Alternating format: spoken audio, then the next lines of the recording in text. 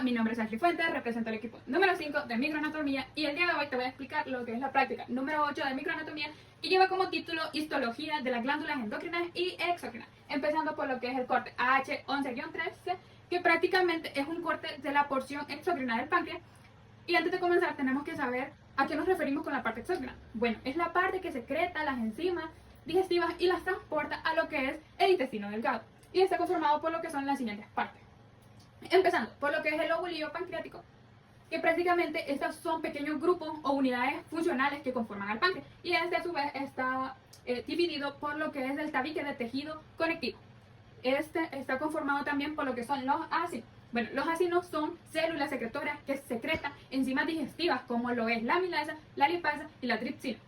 Luego tenemos lo que son los conductos intralobulares, que prácticamente estos son los que transportan la secreción de los ácidos hacia los conductos mayores, y sus paredes están conformadas por lo que son epitelio cúbito bajo. A su vez tenemos lo que es el conducto interlobular. Este prácticamente es el que se encuentra en el centro de dos lobulillos, y este también posee lo que es el epitelio cúbito bajo, y su función principal, por decirlo así, o su función entre comillas, es transportar la secreción que venía desde el conducto intralobular a lo que es el conducto principal del páncreas. Luego encontramos lo que es el epitelio de tejido conectivo, que prácticamente es el que rodea todos los lobulillos, y en este encontramos lo que son los vasos sanguíneos y los conductos. Estos vasos sanguíneos lo que hacen es que aportan sangre y nutrientes a las células del páncreas, y a su vez transportan los productos metabólicos. El corte AH5-7 prácticamente es un corte a un acino pancreático. Prácticamente este posee una forma redondeada y está formado por lo que son las células acinares. Las células acinares prácticamente son la parte principal del acino. Estas células en su citoplasma poseen uno basófilo, que es el que contienen en la base, y un citoplasma acinófilo, que es el que contienen en su ápice. A su vez, su función es sintetizar las enzimas inactivas, llamadas zimógenos. Luego encontramos lo que son los glándulos decimógenos, que prácticamente son unas vesículas que contienen a las enzimas inactivas, como por ejemplo lo que son los tripsinógenos, la amilasa y la lipasa. Estas son liberadas hacia el conducto intercalar, que prácticamente de ahí pasan a lo que es el conducto principal del páncreas, para luego liberarse hacia el duodeno. Luego encontramos lo que son las células centroacinares, que son las que se encuentran en el centro del acino. Estas prácticamente suelen ser pequeñas y de un tono más claro. Estas suelen indicar lo que es el comienzo de un conducto intercalar. Los conductos intercalares prácticamente es la primera parte o el primer segmento de lo que son un sistema completo de conductos, ya que este drena principalmente las secreciones de los ácidos y lo pasa a lo que es el conducto intralobular. El corte AH11-14 es prácticamente el corte a un parénquima hepático. El parénquima hepático está constituido de lo que son las siguientes estructuras, empezando por lo que es el lobulillo hepático clásico. Prácticamente este es de forma hexagonal y es una unidad estructural que conforma al tejido hepático. Este está conformado, o contiene, mejor dicho, lo que son los hepatocitos. Los hepatocitos, que se encuentran más cerca de lo que es la vena central, son los que tienen menor irrigación y poseen menos oxígeno en comparación con los que están más alejados de la vena central. Estos poseen mayor irrigación, más nutrientes y mayor oxígeno. Luego está conformado por lo que son los espacios porta. Prácticamente estas son regiones en los ángulos de los lobulillos. Y luego tenemos lo que es la vena central, que prácticamente esta recibe sangre tanto venosa como arterial, y es la que encontramos en el centro del lobulillo. Prácticamente esta recibe la sangre de lo que son los zimógenos. Los zimógenos son los puntitos que podemos observar de un color más oscuro, y prácticamente estos son los capilares especializados del hígado. Esta sangre después es drenada por lo que son las venas sublobulares y pasan a lo que son las venas hepáticas, y de la vena hepática pasa a lo que es la cava inferior. El corte AH11-15 es un corte a lo que es el espacio porta, donde podemos observar lo que es la tríada hepática, que está constituido por lo que es una rama de la vena porta, una rama de la arteria hepática y lo que es un conducto biliar. También podemos observar algunos vasos linfáticos. Primeramente, hablando de lo que es la rama de la vena porta, encontramos que esta tiene una luz inmensa y que también posee lo que es una capa, o una pared, mejor dicho, delgada, que está revestida por endotelio. La arteria hepática, la rama de la arteria hepática, posee lo que es un diámetro pequeño lo que es también una pared de endotelio y una capa muscular gruesa. Lo que es de los vasos linfáticos, su diámetro es pequeño y está revestido también por lo que es endotelio. En cambio, lo que son los conductos biliares está revestido por lo que es un tejido epitelial cúbito simple. El corte AH2-7 es un corte al gran aumento de lo que sería una porción del hígado. Prácticamente podemos observar lo que son los hepatocitos. Estos son los responsables de lo que son la mayoría de las funciones metabólicas del hígado, al igual que la síntesis de proteína, la desintoxicación por fármacos y toxina, lo que es la regulación del azúcar en sangre, al igual que la producción de la bilis. En este podemos observar también lo que es el núcleo, que prácticamente este es grande y tiene una forma esferoidal, al igual que lo encontramos al centro de la molécula. Luego encontramos lo que es el citoplasma, que prácticamente este es de tipo granular y es rico en organulos. Además, almacena lo que son los lípidos y el glucógeno. Luego encontramos lo que son las células de Kupffer, que estas pertenecen a lo que es un sistema fagocítico que está formado, por decirlo así, de manera mononuclear. Y estos derivan de lo que son los monocitos. Estos tienen su función en lo que son los sinusoides. Los sinusoides son los capilares especializados principales del hígado y estos, su función en sí sería como que el intercambio de nutrientes por medio de la sangre, al igual que estos posibilitan lo que es la acción de las células de Kupffer. Este corte nos permite tener una vista más cercana a la estructura que compone a la célula hepática, es decir, los hepatocitos. En él se observa lo que es el poro o fenestración del endotelio, es decir, del endotelio sinusoidal discontinuo que posee una lámina basal discontinua que falta en grandes áreas, a lo que permite el mayor intercambio de nutrientes y posibilita la acción de las células de Kupffer. Luego encontramos lo que son el citoplasma del endotelio sinusoide.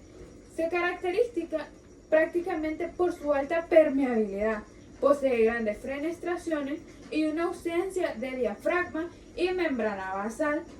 Luego encontramos lo que es el espacio de Dice, que es un sitio de intercambio de materiales entre la sangre y los hepatocitos.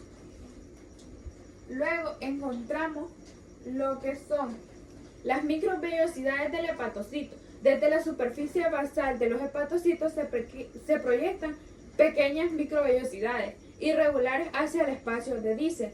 Microvellosidades que incrementan hasta 6 veces la extensión de lo que es la superficie, disponible para el intercambio de sustancias entre los hepatocitos y el plasma sanguíneo.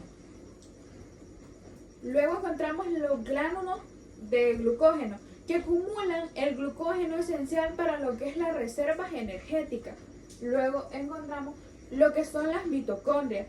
Son abundantes en los hepatocitos. Surgen como centros clave en el metabolismo de la glucosa, proteínas y lípidos. Desarrollan un papel clave en el metabolismo de especies reactivas de oxígeno. Luego encontramos lo que son los retículos endoplasmáticos rugosos, organulos clave en la síntesis y modificación de proteínas, que son secretadas al exterior, introducidas en otros organulos o que forman parte de las membranas celulares, incluyendo las necesarias para la desintoxicación. Luego encontramos lo que son los ribosomas libres, que es la parte esencial de la célula, donde se sintetizan las proteínas. El corte AH11-18 es un corte a la vesícula biliar, a las vías biliares extrahepáticas. La vesícula biliar es un órgano donde se almacena lo que es la bilis, y la vía biliar extrahepática es un conducto por donde se transporta la bilis desde el hígado y la vesícula biliar hacia el duodeno. En este corte podemos observar lo que son dos capas bien diferenciadas, además de lo que es la luz de la vesícula. Entonces, las capas son la mucosa y la muscular externa. La luz de la vesícula normalmente es donde se encuentra la bilis y es la parte que observamos más clara. La mucosa es la parte más interna y es la que observamos con epitelio cilíndrico simple, que está constituida por lo que son las células epiteliales cilíndricas altas con microvellosidades. Estas células nos ayudan a lo que es la absorción del agua y electrolitos concentrados en la bilis. No encontramos lo que es la lámina propia. Es de tejido conectivo lazo con vasos pequeños y algunos linfáticos dispersos. Algo muy característico de la vesícula biliar es que no observamos su mucosa en comparación con otros órganos como lo es el intestino. La muscular externa es la capa que se ve más densa y rosada en comparación con la mucosa que se ve levemente más clara. Esta está compuesta por lo que son las fibras musculares dispuestas irregulares. Su contracción expulsa la bilis hacia el conducto cístico. El corte AH16-1 es un corte sagital a pequeño aumento de la hipófisis. Sabemos que embriológicamente la hipófisis o pituitaria es una glándula endocrina que se divide en adenohipófisis y en neurohipófisis. La adenohipófisis es embriológicamente la que deriva de la bolsa de Racker. Es una extensión de la cavidad bucal en desarrollo. Está conformada por lo que es la parte tubular o parte tubularis, parte distal o parte distalis, lo que es la parte intermedia que no observamos porque se encuentra en el lóbulo posterior. Luego encontramos lo que es la neurohipófisis. Prácticamente esta es la que se deriva de lo que es la yema del tercer ventrículo y que es llamado infundíbulo y está compuesta por lo que es el proceso infundibular o pars nerviosa y el tallo infundibular. En la hipófisis observamos lo que es el tallo que está conformado por lo que es la parte tubular de la adenohipófisis y el tallo infundibular de la neurohipófisis. También observamos lo que son las fibras nerviosas del hipotálamo, que son pertenecientes al tracto hipotalámico hipofisiario, que son axones amielínicos. Se observan también lo que son vasos sanguíneos. La hipófisis anterior, es decir, el lóbulo anterior, es nutrido por el sistema vascular venoso de tipo porta, encargado del transporte de hormonas liberadas hipotalámicas desde el hipotálamo hasta el lado anterior de la hipófisis, mientras que la hipófisis posterior o el lóbulo posterior está regado por la arteria y drena por la vena, mediante la cual sus hormonas pasan directamente a la circulación general. Como podemos observar, la neurohipófisis se ve un poco más oscura porque está hecha principalmente de lo que son las fibras nerviosas, es decir, los axones, y son de células de sostén que suelen ser más delgadas y densas, por lo que tienen mayor pigmento, mientras que la adenohipófisis tiene muchas células glandulares con glándulas de secreción y espacios entre ellas, es decir, los sinusoides, que estas al teñirse dan un aspecto más claro y menos compacto.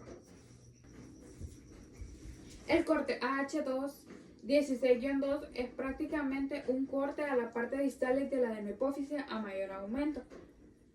Primero podemos observar las células que lo conforman, las células acidófilas, las células basófilas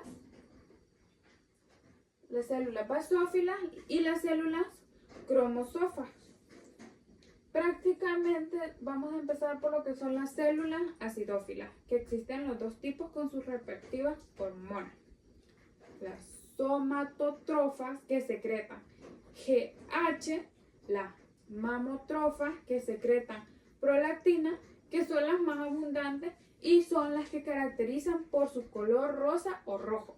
Luego tenemos lo que son las basófilas, como los tritrofas, que son las que secretan THS. Luego tenemos las corticotrofas, que secretan ACTH y MSH. Y por último, las células cromófobas. Se ven pálidas y casi sin color. Tienen un citoplasma poco visible y un núcleo redondo o alargado. Representan células inactivas o agotadas, que ya liberaron su contenido hormonal, o bien células que están en proceso de regeneración. Para recordar, tenemos que identificarlos por colores. Acidófilas, rosa. Basófilas, violeta. Cromófobas son pálidas. Y en la organización encontramos los cordones celulares entre sinusoides, que se encargan de producir hormonas tróficas que regulan la tiroides, las gónadas, las suprarrenales, el crecimiento y la lactancia. El corte AH16-4. En este corte podemos observar lo que es la neurohipófisis o par nerviosa a aumento mayor, que corresponde a la parte posterior de la hipófisis. Está compuesta principalmente por lo que son las fibras nerviosas, los pituicitos y los cuerpos de Hertz. Las fibras nerviosas son prolongaciones de neuronas del hipotálamo y su función es transportar las hormonas oxitocina y vasopresina hacia la hipófisis. Los cuerpos de Henry son pequeñas acumulaciones donde se almacenan estas hormonas antes de la liberación hacia la sangre. Los pituicitos son células gliales modificadas que brindan soporte estructural, aunque no tienen función secretora. La función principal de la neurohipófisis es almacenar y liberar la oxitocina y vasopresina, que regulan el equilibrio del agua, la presión arterial, el parto y la lactancia. Su importancia radica en mantener el equilibrio interno de nuestro cuerpo y participa en procesos vitales como la hidratación y la reproducción. El corte AH16-5 corresponde a la glándula tiroides. La glándula tiroides está ubicada en la base del cuello anteriormente a los primeros cartílagos traqueales. Se compone de dos lóbulos laterales unidos por un istmo, ocasionalmente por un lóbulo piramidal. Embriológicamente se deriva de una evaginación del epitelio faríngeo en desarrollo. Las partes principales son los folículos tiroideos. Son estructuras redondeadas o ovaladas.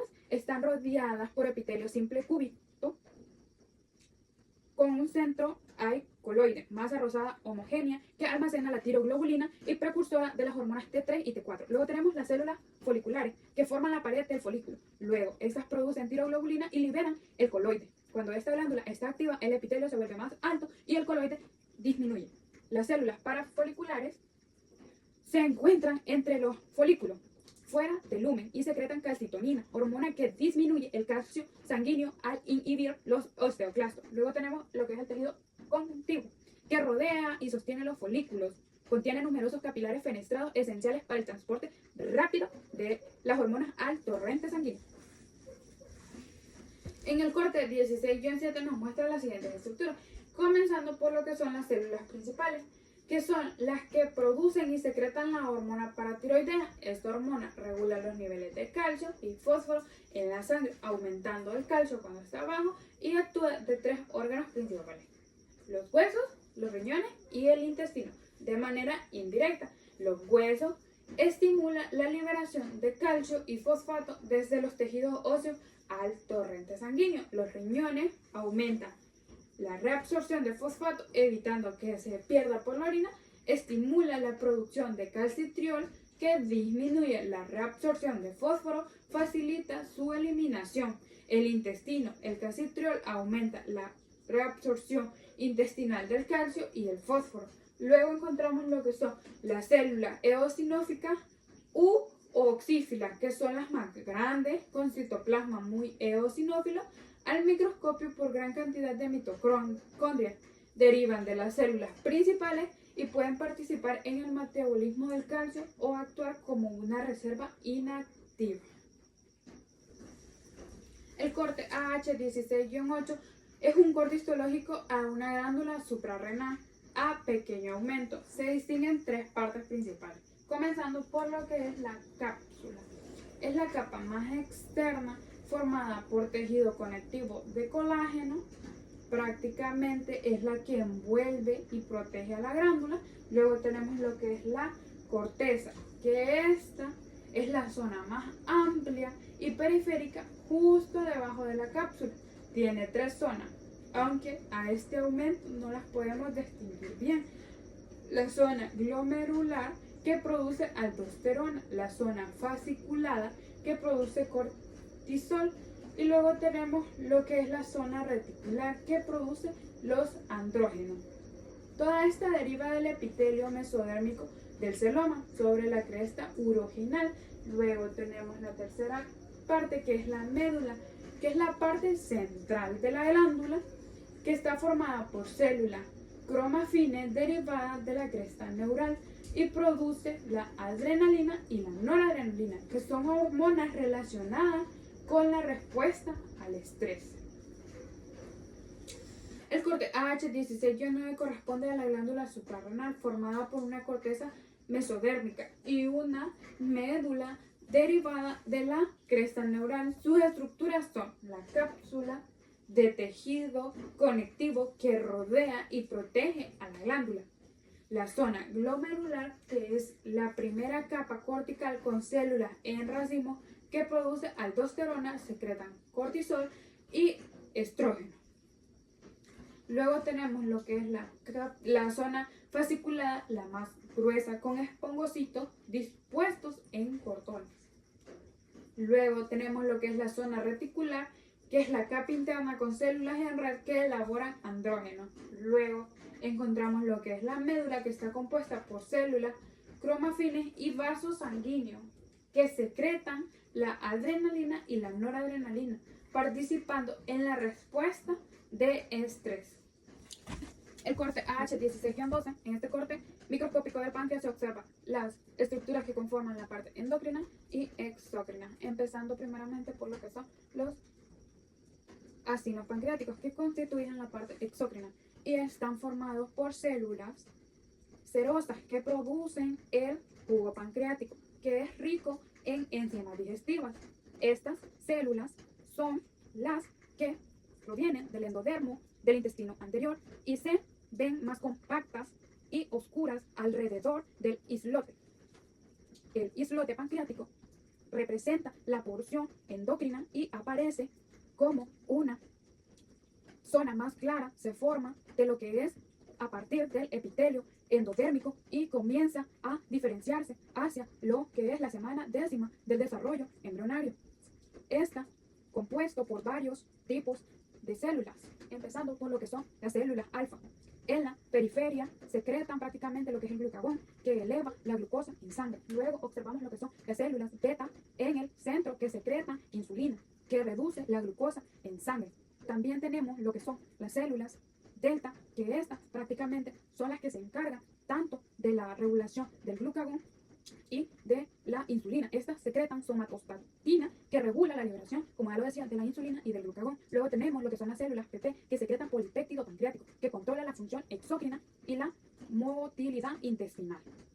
El islote está rodeado por lo que es tejido conectivo y capilares sanguíneos, que permiten el paso directo de las hormonas a lo que es la sangre.